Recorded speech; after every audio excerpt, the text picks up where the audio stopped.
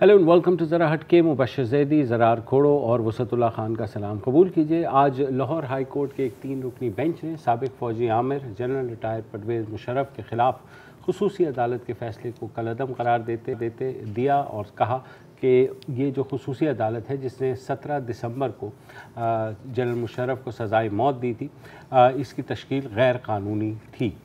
اس کی تشکیل کی غیر قانونیت کے اوپر جو ہے ایڈیشنل اٹارنی جنرل اشتیاق خان نے دلائل دیے کہ جب یہ کابینہ کے اجلاس میں اس سارے خصوصی عدالت کی منظوری نہیں دی گئی تھی اور صرف 2 دن کے اندر جو ہے یہ فیصلہ کیا گیا تھا. اس کے بعد جب ججز کی تشکیل اس خصوصی عدالت کی تشکیل کے لیے البتہ جو ہے ایک اجلاس ہوا تھا اور اس کے بعد اس کی منظوری دی گئی تھی.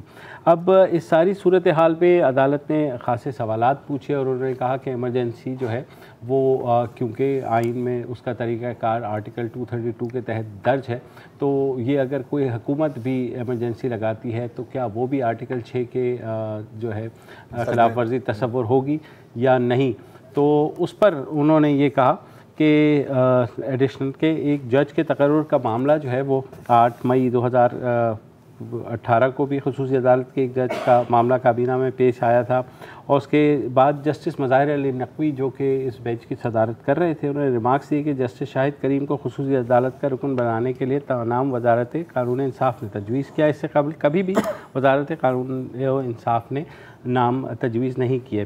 یہ جب فیصلہ آیا تھا تو اس میں خاصی لے دے بھی ہوئی تھی، کیونکہ اس میں جو ہے جسٹس وقار سیٹھ کی ایک آبزرویشن تھی 17 دسمبر کو جب یہ فیصلہ آیا کہ جناب اگر صدر مشرف پیش نہیں ہوتے اور اگر ان کا انتقال بھی ہو جاتا ہے تو ان کی لاش کو ڈی چوک تک گھسیٹتے ہوئے لایا جائے اور وہاں 3 دن تک لٹکایا جائے. بعد میں کہا گیا کہ یہ آبزرویشن تھی، یہ فیصلے کا حصہ نہیں تھا، مگر حکومت اس فیصلے کے خلاف چلی گئی اپیل میں، سپریم کورٹ میں بھی اور لاہور ہائی کورٹ میں، جہاں جنرل ریٹائرڈ مشرف نے بھی اپنی اپیل فائل کی. اس ساری صورتحال کے بعد آج جو ہے عدالت نے دن میں جب سماعت مکمل ہوئی تو یہ فیصلہ محفوظ کر لیا اور یہ محفوظ فیصلہ جو ہے پھر بہرحال سنا دیا گیا. مجھے کچھ تھوڑی سی بہت مزیدار قسم کی اس میں چیزیں لگ رہی. اب تو توہین عدالت ہوگی نا پہلے؟ نہیں، فیصلے کو تو آپ ڈسکس کر سکتے ہیں، مطلب کٹ وٹ تو نہیں، کٹ پڑ سکتی ہے، کٹ کا کوئی گارنٹی نہیں ہے، لیکن عدالت میں توہین عدالت کی زد میں اوکے ٹھیک ہے، کٹ تو پڑتی رہتی ہے، کٹ تک ٹھیک ہے. آج جو فیصلہ ہوا ہے 6 سال مقدمہ چلا نا، جی اور 4 بار ججز بدلے، بالکل ٹھیک ہے، اور پتہ آج چلا کہ عدالت ٹھیک نہیں تھی، غیر قانونی تھی، ٹھیک ہے. سپریم کورٹ بھی نگرانی کرتی رہی، غیر قانونی عدالت کی ہے، اور چیف جسٹس آصف سعید کھوسہ نے آخری دنوں میں یہ کہا کہ بھیا کب تک لٹکاؤ گے اس مقدمے کو، فیصلہ کرو. اس غیر قانونی عدالت کو آنے والا ہے، بہرحال انہوں نے کہا اس غیر قانونی عدالت کو یہ کہا نا کہ کیا کر رہے ہیں. پھر انہوں نے اپنی تقریر میں کہا کہ ہم نے یوسف رضا گیلانی کے بارے میں فیصلہ دیا اور اب بھی فیصلے دیا، اور اب 2 وزیر اعظم 28 کو ایک فیصلہ آنے والا ہے، مکے والے صاحب، وہ بھی اسی غیر قانونی عدالت کی طرف اشارہ تھا. اچھا، تو مجھے تو ایسا لگ رہا ہے کہ جیسے S H O S P کے احکامات معطل کر دے، مجھے ایسا لگ رہا ہے، کچھ تقریباً ایسے تقریباً ایسے. اچھا، ایک آپ نے کہا کہ جو استغاثہ تھا یا دفاع تھا جو بھی تھا، اس نے ایک پوائنٹ یہ دیا کہ کیا تو پھر ایمرجنسی لگانے والی ہر حکومت پہ آرٹیکل 6 لگے گا؟ بالکل نہیں لگے گا. مگر یہ جو ایمرجنسی جس میں کہ سزائے موت سنائی اس غیر آئینی عدالت نے، یہ صدر پاکستان نے نہیں لگائی تھی، یہ وزیر اعظم پاکستان نے نہیں لگائی تھی، یہ چیف آف آرمی سٹاف نے لگائی تھی، اور ججوں کو نظر بند کیا تھا. ہاں بالکل.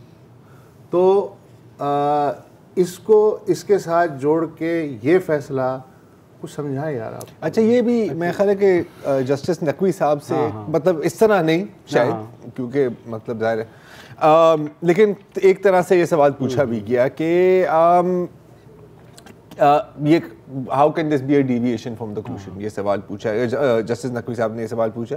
تو جو اٹارنی جنرل صاحب ہیں تو وہ کہتے ہیں کہ جی 28ویں ترمیم کے بعد سسپینشن آف کانسٹیٹیوشن بھی آرٹیکل 6 میں آتی ہے, اپلیکیشن ہوتی ہے. تو انہوں نے کہا کہ لیکن یہ تو اس سے پہلے ہوا ہے, اس کے بعد آپ کیسے اس کو لگا سکتے ہیں. تو اس پوائنٹ پر وہ پھنس گئے. میں پتا ہم پوائنٹس کی بات کر رہے ہیں, پوائنٹس کا مسئلہ نہیں ہے, ٹھیک ہے نا, لیکن کیا کریں. دیکھیں میں تو جب پھنسانا ہوتا ہے نا, پھنسانا ہوتا ہے تو پوائنٹس میں بنتا ہے. نہیں دیکھیں میں تو بڑا خوش ہوں 2 چیزوں سے, کیونکہ وہی ہوا ہے جو ہونا تھا, اور دوسری بات ہے کہ اگر یہ نہیں ہوتا تو ابھی ہمیں خالق مقبول صدیقی کے اوپر شاید ایک سیگمنٹ گزارنا پڑتا. اسی فلم کے بارے میں بات کرتے جو 80 کے دہائی سے ہم نے کوئی 100 دفعہ دیکھی ہے اور سب کو پتا ہے کہ یار اینڈنگ کیا ہے, مطلب وہ ایکٹر بھی نہیں بدلتے. یہ اس قسم کی فلم ہے, تو مطلب بولڈ اینڈ دی بیوٹیفل کو ایویں ہم لوگ گالیاں دیتے تھے کہ یار مطلب 2000. اچھا تو پھر یہ کیسے طے ہوگا کہ جو 3 نومبر کو ہوا وہ کیا تھا؟ اچھا کون طے کرے گا, مجھے کوئی سمجھائے یار. وہ یہ کہہ رہے ہیں کہ یہ فیصلہ ضرور ختم ہوا ہے, جرم ختم نہیں ہوا. تو وہ امید کی نہیں ایک جرم کے بارے میں تو یہ کسی نے نہیں کہا کہ جرم نہیں ہوا, ٹھیک ہے.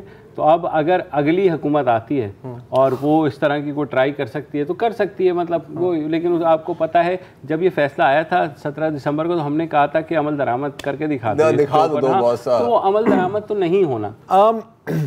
بڑی انٹرسٹنگ چیزیں ہوتی رہتی ہیں ویسے ہمارے ملک میں, I have to personally admit. لیکن جہاں تک اس کی بات ہے تو اب مشرف صاحب کے وکیل, حکومت کے وکیل, لاہور ہائی کورٹ, ایون ایمیکس کرائے جو ہیں وہ بھی 1 پیج پر ہیں. علی ظفر جو کہ پی ٹی آئی کے ممبر ہیں, ٹھیک ہے, علی ظفر, اور وہ جو ہیں نوئنگلی ان کا سٹانس ہے.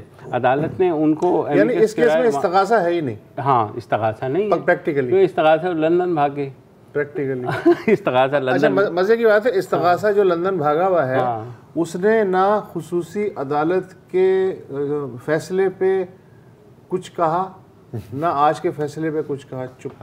ہاں تو بس جب چپ ہے تو پھر وہی بات. تصویر آئی تھی, ایک تصویر آئی تھی, فواد چودھری صاحب نے ٹویٹ کی تھی, تو ابھی میں سن رہا تھا کہ حمزہ صاحب نے اس کی وضاحت بھی کی ہے کہ جی وہ ڈاکٹر نے کہا تھا کہ آپ جائیں تھوڑی سی واک اور پھر اس کے بعد کھانا وانا بھی کھا لیں, یار کیا بڑی بات ہے. نہیں وہ میرے خیال میں وہ یہ تھا کہ لیٹے نہیں ہیں, صرف پیٹ دکھائی ہے, تو یہ ہے مطلب وہ ورکرز کے لیے تھا.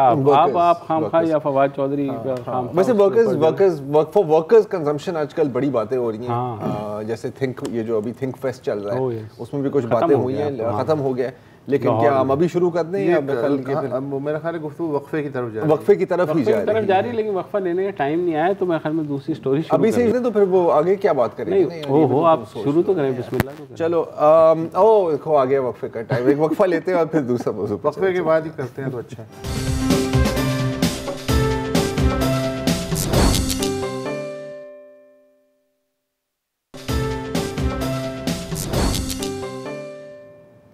Welcome back. اور پچھلے دنوں میں لاہور کے الحمرا آرٹ سینٹر میں ایک فیسٹیول ہوا, تھنک فیسٹ نام تھا اس میں, اور بہت مطلب سیاسی رہنماؤں کو بھی بلایا, اور جو پاکستان کے ٹاپ میں ہم میں سے تینوں میں سے کسی کو نہیں بلایا کیونکہ یہ تھنکنگ لوگوں کے لیے ہے, تو ہمارا کیا کرنا وہاں پہ. لیکن اس کے باوجود میں ان کا ذکر کر رہا ہوں, پرنسپل. تو وہاں پر ایک بڑا ایک انٹرسٹنگ سیشن تھا, اس کی خبر بھی آئی ہے ڈان میں, internal democracies in political parties. ظاہر ہے پاکستان کی بات ہو رہی ہے اب اس پہ, جی ظاہر ہے. کیا کہتے ہیں, تو اس میں پھر وہاں آئے سابق PPP کے سابق سینیٹر فرحت اللہ بابر صاحب, اور ظاہر ہے کہ وہاں پر جب باتیں شروع ہوئی اور سوال جواب کا سلسلہ شروع ہوا تو یہ پوچھا گیا کہ سر یہ آرمی ایکٹ امینڈمنٹ بل پر مطلب نون لیگ نے بھی سائن کیا, آپ نے بھی سائن کیا, تو کیا پارٹی کے اندر کوئی ڈیبیٹ ہوئی تھی یا نہیں ہوئی تھی. تو فرحت اللہ بابر صاحب کا کہنا ہے کہ جی ہماری جو سینٹرل ایگزیکٹو کمیٹی ہے, جو آپ کی ایپیکس باڈی ہے نا, ڈیسیژن میکنگ, ہم نے تو ریجیکٹ کر دیا تھا, ہم نے مسترد کر دیا تھا کہ بھائی اس پہ آپ نے سائن نہیں کرنا ہے, اور یہ جو 4 ترامیم ہیں ان کو آپ اس کے اندر ڈال دیں, لیکن ہمیں بتائے بخیر 24 گھنٹے کے اندر اوپر سے آرڈر آتا ہے کہ ان کو آپ ہٹا دیں. اور فرحت اللہ بابر صاحب کا کہنا تھا کہ یہ پارٹی قیادت کی یونیلیٹرل ڈیسیژن تھی. وہاں سے پھر بات شروع ہوئی کہ کیا ہماری سیاسی پارٹیاں صرف لیڈرز کی بیسس پر ہی چلتی ہیں یا ان کے اندر کوئی ڈیموکریٹک پروسیس ہے یا نہیں. ایک حیرت کی بات ہے کہ اتنی دہائیوں کے بعد بھی ان کو یہ سوال پوچھنے کی ضرورت ہے, کیونکہ ظاہر ہے کہ اس کا سوال کا جواب تو کوئی بھی دے سکتا ہے. مسلم لیگ نون میں بھی یہی صورتحال ہے.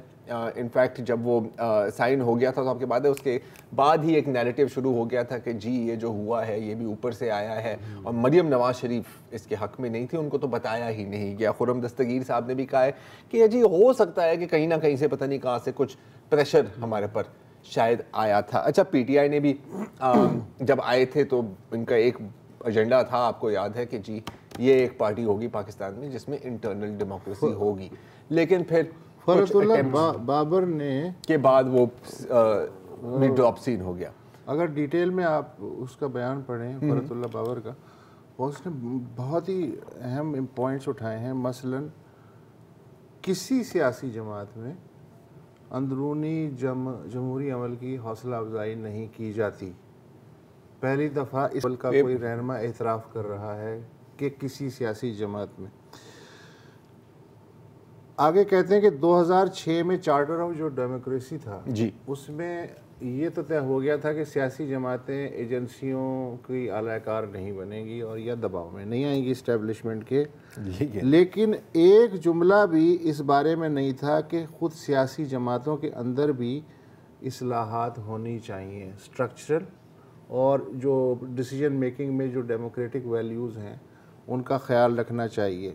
ایک اور امپورٹنٹ پوائنٹ ہے, انہوں نے کہا جی کہ یہ جو ہماری پارلیمانی پارٹیاں ہوتی ہیں نا اسمبلی میں, انہوں نے گریجولی جو مدر پولیٹیکل پارٹی ہے اس کی جگہ لے لی ہے. جو بھی ڈیسیجنز ہوتے ہیں جی وہ پارلیمانی پارٹی سے مراد یہ کہ ایم این اے سینیٹرز کا جو وہ ایک وہ یا ایم پی ایز وغیرہ, وہ یہ سمجھتے ہیں بیٹھ کے کہ جی ہم پارٹی ہیں. اس میں سے ورکر آؤٹ, عام آدمی out, voter out, supporter out, party with in the party. تو پارلیمانی پارٹی نے جو پولیٹیکل پارٹی ہے مدر پارٹی, اس کی ڈیسیجن میکنگ کو بھی ٹیک اوور کر لیا. اس کی وجہ سے جو عہدیداروں یا ارکان پارلیمان کے علاوہ جو پارٹی کا جو وہ سٹرکچر ہے وہ بالکل کٹ جاتا ہے ڈیسیجن میکنگ سے, نہ انہیں پہلے اعتماد میں لیا جاتا ہے نہ بعد میں. اچھا پھر فرت اللہ بابر نے ایک اور امپورٹنٹ بات کی کہ پیپلز پارٹی میں اندرونی انتخابات ہوتے رہے ہیں, لیکن وہ نہ صحیح معنوں میں جمہوری تھے نہ آزادانہ. یہ بڑے گٹس چاہیے. پھر انہوں نے کہا کہ ایک نئے چارٹر آف ڈیموکریسی کی ضرورت ہے جس میں سیاسی جماعتوں کی اندرونی اصلاحات اور ایک شخص کو فیصلے کا اختیار دینے کی بجائے اجتماعی جمہوری فیصلوں کا پابند کیا جائے سیاسی پارٹیوں میں. اچھا میں ایک سوال ہے سر, دیکھیں کہنے کی حد تک بہت یار دیکھو بات سنو, یہ بات پہلے بھی ہو چکی ہے. رضا ربانی آنسوؤں سے رو کر سر مطلب کیا کیوں نہیں کہا سینیٹ میں جب ووٹ چوری ہوا ہے سب نے کہا انویسٹیگیشن کریں گے, 1 مہینے میں دیں گے سارا کچھ. یہ ایونٹ بائی ایونٹ تو کہا ہے, لیکن اس طرح کمپریہنسو انداز میں کسی نے نہیں کہا. یہ تھنک فیسٹ ہے, سوچنے کی بات ہے. نہیں لیکن پھر بھی پتہ ہے لہٰذا بہت credit to Farhatullah Babar, full credit to Farhatullah Babar صاحب. اور میں یقیناً ان کی آواز بھی ہے, لیکن یقیناً کچھ حد تک ڈیمیج کنٹرول بھی ہے. یہ بھی اسکرپٹ میں بہت دفعہ دیکھ لیا ہے. احسن بھی یہی بات کی ہے کہ جناب ہم لوگوں نے یہ فیصلہ کیا تھا کہ نہیں دینا.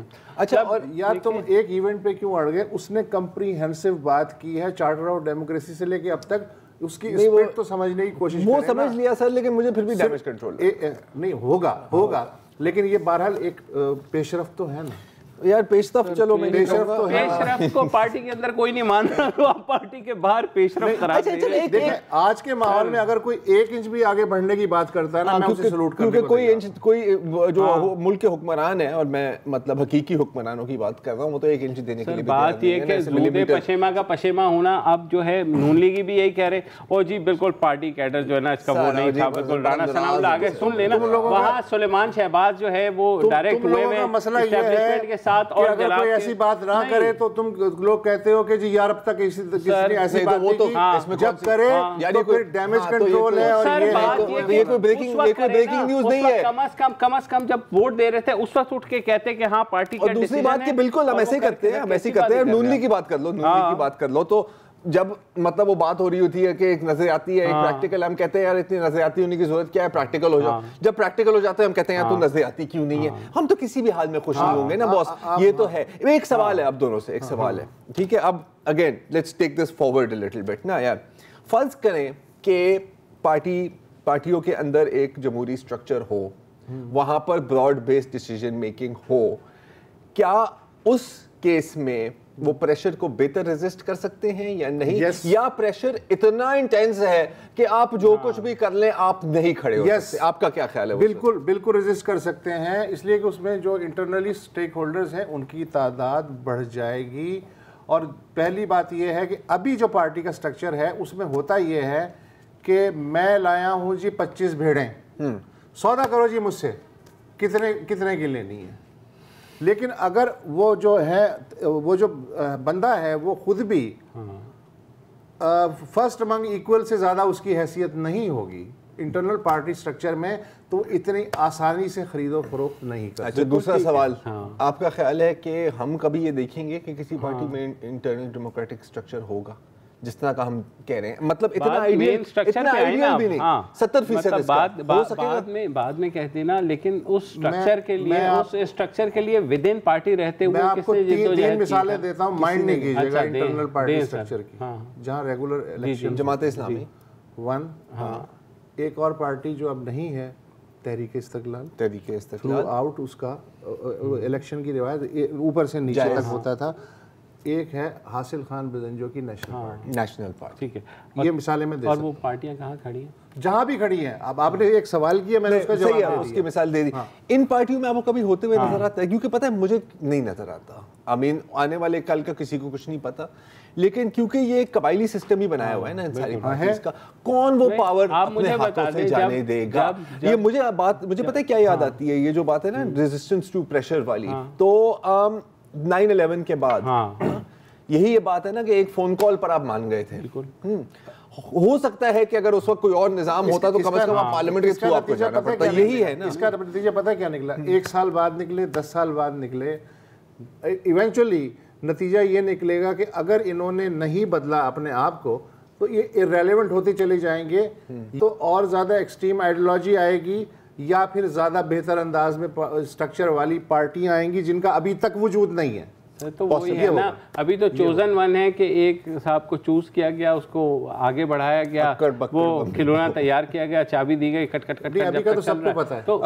تو پھر آپ جس اسٹرکچر کی بات کر رہے ہیں, کیا اس اسٹرکچر پہ کبھی بحث ہوئی؟ یہ 97 میں مجھے یاد ہے. یار یہ بحث ہی تو ہو رہی ہے. نہیں, یہ پارٹی نہیں ہے, یہ جو ہے نا بعد میں ایک چیز کے 97 میں سوشل کانٹریکٹ ایک بنایا تھا رضا ربانی نے, اس وقت میں بھی رپورٹنگ کرتا تھا, وہ سارا کچھ something is better than nothing. سر یہ جو سم تھنگ ہے نا, یہ آپ دوبارہ کب دیکھیں گے؟ جب ایک دفعہ ایک اور آپ کو یو ٹرن کاٹنی پڑی نا, اور پھر کسی نہ کسی سے کہلوانا پڑے گا کہ سر اصل میں غلطی تھی. لڑائی کے بعد موقع یاد آئے وہ اپنے ہی مار گئے. نہیں تو پھر یہ پارٹیاں ریلیونٹ ہوتی چلی. تو سر وہ ہو رہی ہیں, مطلب آپ کس نے کہا ہے کہ 10 دفعہ کہا گیا, 10 دفعہ کہا گیا کہ انڈیا میں بھی یہی ہو رہا ہے, ریلیونٹ ہو رہی ہیں, اور یہاں بھی یہی ہو رہا ہے, اور کسی کو نہیں پتا کہ ان کی جگہ کون لے گا. وقفہ لے لیجیے.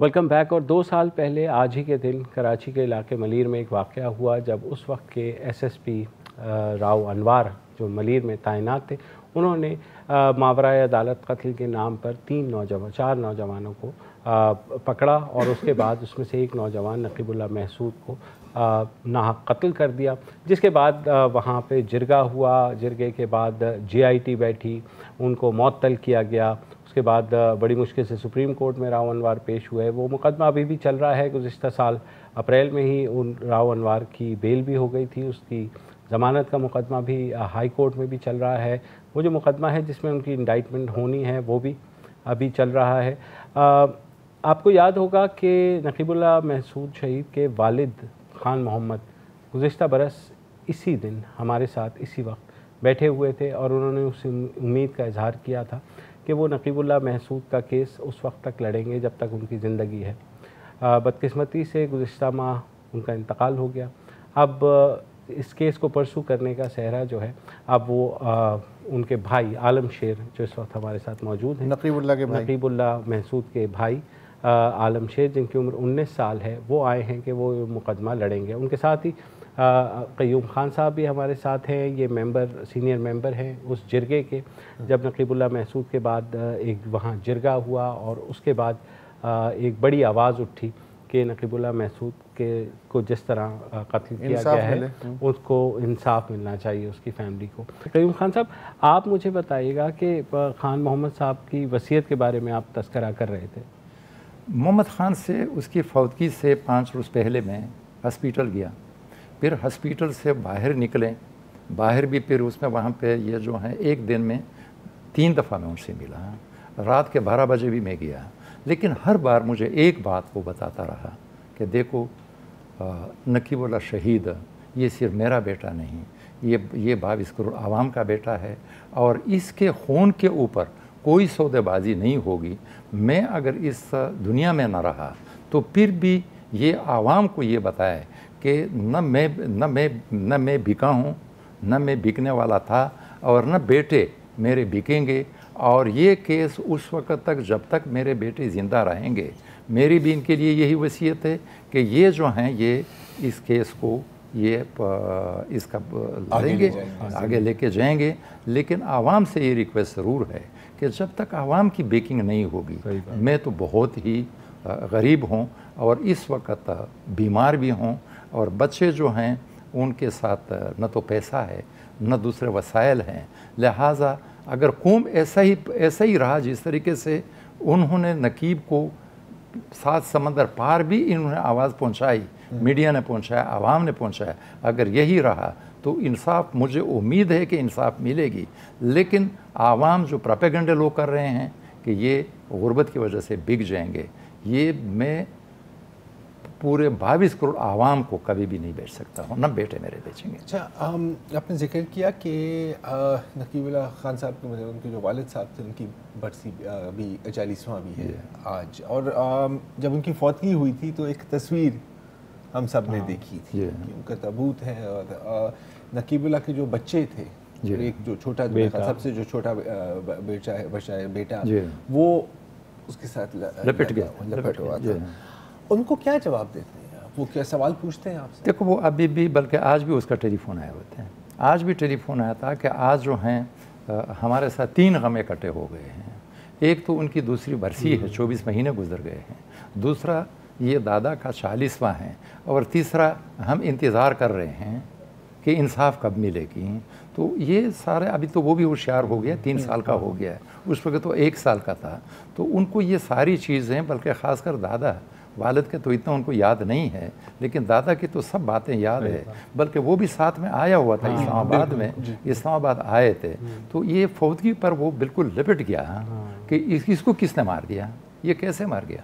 تو یہ جو ہے یہ چھوٹے بچوں کا ہمیشہ یہ ہوتا ہے کہ کیسے مر گئے، کیسے جا رہے ہیں، کیوں مر گئے، تو یہ جو ہیں یہ پھر اس پہ کہ یہ جو ہے والد میرے، اس کو انصاف کب ملے گا، کون دلائے گا۔ ایک چھوٹا سا بریک لینا، اور بریک کے بعد پھر ہم تفصیل سے کو آگے بڑھائیں گے۔ ایک بریک لے لیجیے۔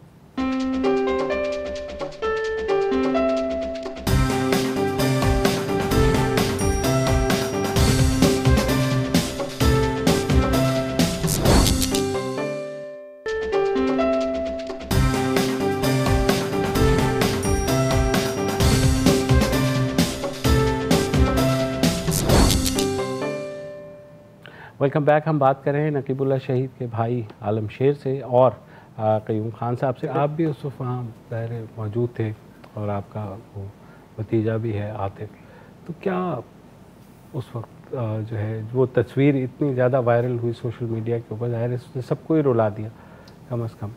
جو ہم اپنے والد کو دفنانے کے لیے گئے تھے ادھر، تو میں اور عاطف اس کی قبر کے ساتھ بیٹھ گئے، تو اس نے مجھے کہا کہ اس کو ہم دفن کیوں کرتے ہیں، اس کو کس نے مارا ہے، پولیس نے مارا ہے، اس کو دفن کیوں کرتے ہیں، یہ ہمارے ساتھ واپس نہیں چل سکتا اپنے گھر۔ تو میں نے اس سے کہا کہ نہیں یہ تو وفات ہو گیا. اس نے کہا کس نے مارا ہے اس کو؟ پولیس نے مارا ہے. تو آپ کو وہاں سے بھی اب ظاہر ہے جب نقیب کے والد کو بھی اتنی سپورٹ ملی لیکن ان کا اپنا بھی جو جذبہ تھا مطلب وہ وہاں سے جو اب صاحب کا فاٹا ہے وہاں سے وہ بس میں بیٹھ کر کے آتے تھے اور جیسے قیوم صاحب نے بھی کہا کہ آج تک ان کا بیان تک ریکارڈ نہیں ہوا. تو آپ کو بھی اندازہ ہے کہ کتنا لمبا یہ سفر ہے آگے طے کرنے کا. یہ تو پتہ نہیں. عدالت سے میرے والد صاحب جب پہلے دن ادھر آئے تھے تو ہمیں یہ پتہ نہیں تھا کہ اس میں 1 سال لگے گا, مہینہ لگے گا, 1 دن لگے گا یا 10 سال لگیں گے. لیکن اس نے یہ کہا تھا کہ جب تک میں زندہ رہوں گا میں اس کیس کی پیروی کروں. جب وہ آئے تھے اور وہ یہاں ہی آئے تھے جہاں پہ آپ ہی بیٹھے ہیں ادھر ہی بیٹھے تھے تو مجھے یاد ہے انہوں نے ہاتھ تھاما تھا اور ہمیں نہیں لگ رہا تھا کہ کچھ ہوگا اور انہوں نے باقاعدہ ہمیں تسلی دی تھی. یہ بھی کہا تھا کہ جی وزیر اعظم نے وعدہ کیا ہے, چیف جسٹس نے وعدہ کیا ہے, چیف آف آرمی اسٹاف نے وعدہ کیا ہے. اب ظاہر ہے کیس میں جو رکاوٹیں آ رہی ہیں وہ سب ہمارے سامنے ہیں. کوئی ہے جس نے مدد کی ہے؟ اور میں ریاستی اداروں کی بات کر رہا ہوں, میں سیاستدانوں کی بات کر رہا ہوں, میں چیفز کی بات کر رہا ہوں. کسی نے مدد کی ہے اس پورے قصے میں؟ دیکھو جہاں تک سپریم کورٹ کا تعلق ہے حقیقت یہ کہ اس کے لیے GIT بنوایا اور اس کی انکوائری ہوئی اور انہوں نے یہ رپورٹ دے دی کہ یہ وہاں پہ کوئی بھی انکاؤنٹر نہیں ہوا ہے بلکہ ان کو مارا گیا ہے. تو ایک قسم کا یہ ثبوت مل گیا کہ یہ جو ہیں کوئی مقابلہ نہیں ہوا ہے بلکہ ہاتھ باندھ کر کے مارا گیا ہے. تو یہ سپریم کورٹ کا تو یہاں تک تھا, اس نے کر دیا. باقی وہ ریٹائرڈ ہو گئے لیکن جب تک وہ ریٹائرڈ نہیں تھے اس نے ساتھ دیا. نمبر 2 جو ہیں چیف آف اسٹاف, یعنی چیف آف اسٹاف نے بھی پورا وہ ساتھ دیا کیونکہ جب چیف آف اسٹاف بچوں کی تعلیم کا وہ لیتے ہیں اور پھر مکان ان کے لیے بنواتا ہے اور پھر اس پہ کہ انصاف میری بھی یہ رہے گی کہ انصاف ملے گی. یہ بار بار اس کے والوں کے ہاتھ ملا کر کے بلکہ دونوں ہاتھ ایک نیچے ایک اوپر کے انصاف ملے گی, بلکہ وہاں پہ بھی اسلام آباد میں بھی کہ انصاف ملے گی. تو یہ جو ہے ایک قسم کا یعنی یہ بڑی بات ہے. پھر اس کے بعد پرائم منسٹر, اس وقت کے پرائم منسٹر, اس نے اس کے نام کا شہید کے نام کا وہاں پہ کالج کی منظوری دے دی. تو ایک کام تو کر گیا, یعنی اس کا نام تو ہمیشہ کے لیے زندہ رہے گا. تو کام تو کیا. اور پھر اس پہ یہی ہے کہ جتنے بھی حزب اختلاف کے اس وقت جتنے بھی پارٹیز تھی ان کے یا تو ان کے سربراہ یا ان کے دوسرے وہ سارے ہی یہیں کراچی آئے ہیں اور پھر فاتحہ کے لیے بھی گئے ہیں. تو یہ ایسا ہے کہ اس کیس کے اوپر ایک غیر سیاسی کیس رہا اور اس کے اوپر پورا قوم متحد رہا. اس میں زبان کا, مذہب کا, دوسرا کسی قسم کا. یہ کیوں ایسا ہوا؟ اس وجہ سے ہوا کہ بیسیکلی یہ ایک کیس تو نہیں تھا, 445 اور 444 اور بھی ایسے کیسز ہوئے تھے. لیکن یہ جو ہے سارا رو انوار جو پورا 20 سال تک یہ کام کرتا رہا, بلکہ خاص کر 10 سال میں تو انتہا ہو گئی تھی. تو اس وجہ سے کہ اس کے لیے یہ پورے ملک کا ایک رد عمل تھا اور اس رد عمل کی وجہ سے اس پہ یہ جو اس کو کتنا بڑا فیم ملا. یعنی ایک عام آدمی, ایک مزدور کو یا مزدور کے بیٹے کو اتنا بڑا فیم ملنا کہ پورے یہ جو ہیں ایک, اور اس میں ایسا احتجاج بھی ہوا کہ ایک گملہ تک نہیں ٹوٹا پورے پاکستان. بے شک پورے پاکستان اور پورے پاکستان میں نام لے تو سب پہچانیں گے, سب پہچانیں. اور اتنا لکھا گیا ہے آپ لوگوں نے کہ میں سمجھتا ہوں کہ اس کے اگر یہ جتنا لکھا گیا ہے اس سے یہ سینکڑوں ٹن تو وہ بنے گا. پھر اس کا فلم اگر چلا ہے تو میرے خیال میں یہ جو ہیں کوئی یہ جو ہے 2 روز میں تو ختم ہی نہیں ہوگا. یعنی قیوم صاحب, عالم شیر, آپ سے جیسے جیسے کیس آگے بڑھے گا ہم بات کرتے رہیں گے. اور ناظرین آج کے لیے اتنا ہی. آج ہم نے یاد کیا نقیب اللہ شہید کو اس کی دوسری برسی پر. اس کے کیس کو بھی فالو کرتے رہیں گے. آج کے لیے اجازت دیجیے, خدا حافظ. السلام علیکم. اگر آپ کو ہمارے شو پسند آیا ہے تو پلیز ہمارے یوٹیوب چینل کو سبسکرائب کریں اور اگر مناسب سمجھے تو اس ویڈیو کو لائک بھی کر لیں, تو کوئی حرج نہیں ہے, اور شیئر بھی کر لیں اور کمنٹ بھی کر دیں, ورنہ وہ سب ایسے ہی لکھتے رہیں. اور یہ جو دونوں کہہ رہے ہیں یہ کر لیں جی پلیز, نہیں تو ہمیں بھی گھر جانا ہے, میں آپ کے کمپیوٹر میں نہیں رہنا 24 گھنٹے. صحیح بات.